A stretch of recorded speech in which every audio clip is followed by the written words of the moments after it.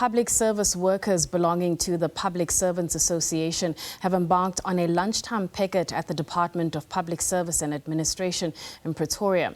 This is in rejection of government's proposed 3% wage increase in the public sector. Negotiations between government and unions in the sector collapsed again last week at the Public Service Bargaining Council.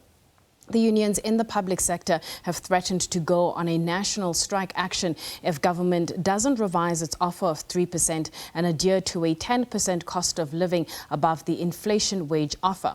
Let's cross live to SABC economics reporter Katlego Legodi, who is at the PSA lunchtime picket. Katlego, take us through what is happening on your side.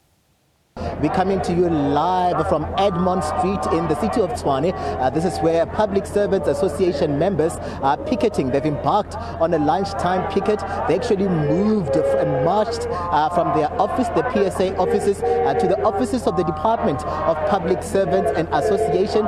This is in the build-up, of course, to their nationwide shutdown that is planned for this coming Thursday. This is where, of course, we know very well that the PSA have obtained that certificate of non-resolution, even way ahead of other unions, certificates to strike and down tools, and they're looking to do good on that promise to down tools. But I'm going to bring into the conversation now Mr. Ruben Maneka. He's from the PSA, who'll just let us in on what is happening here today. We've seen that you marched to the office of the DPSA. Tell us the significance of you staging this picket outside these offices here this afternoon.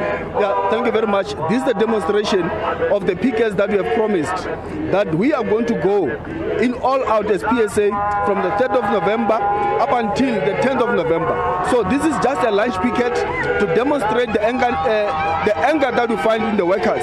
They are saying, come the 10th, there will be a total shutdown of the public service.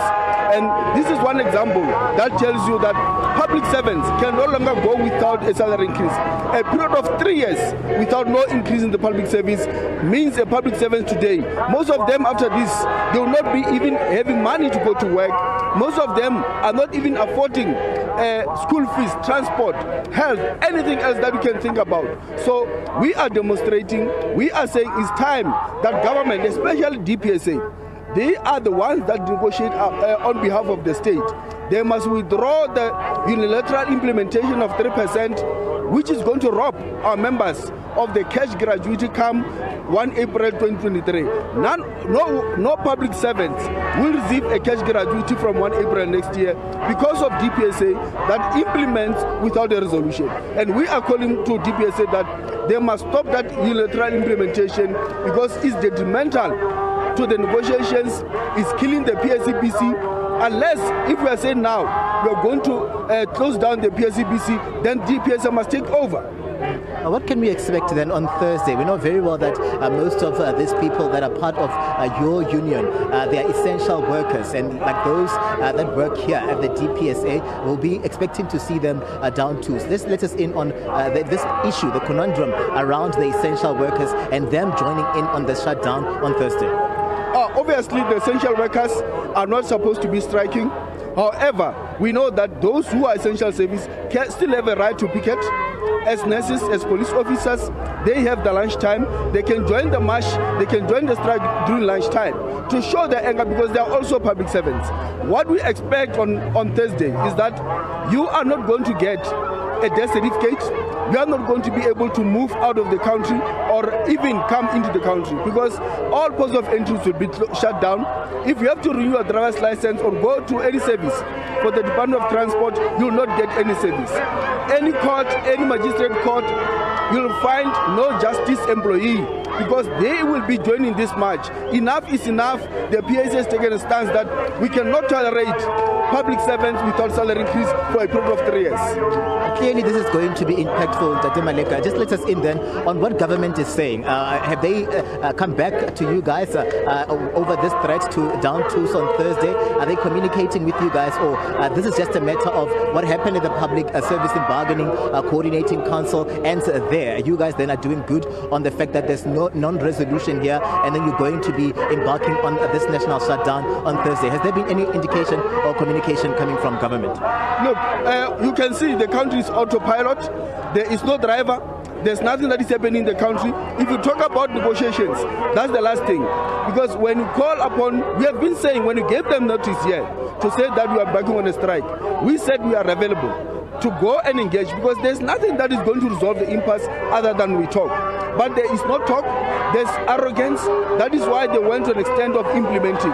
So we want to go and defend the purpose of the Labour Relations Act, which talks about orderly collective bargaining, the ILO conventions that says countries must establish negotiating forums, dialogue forum.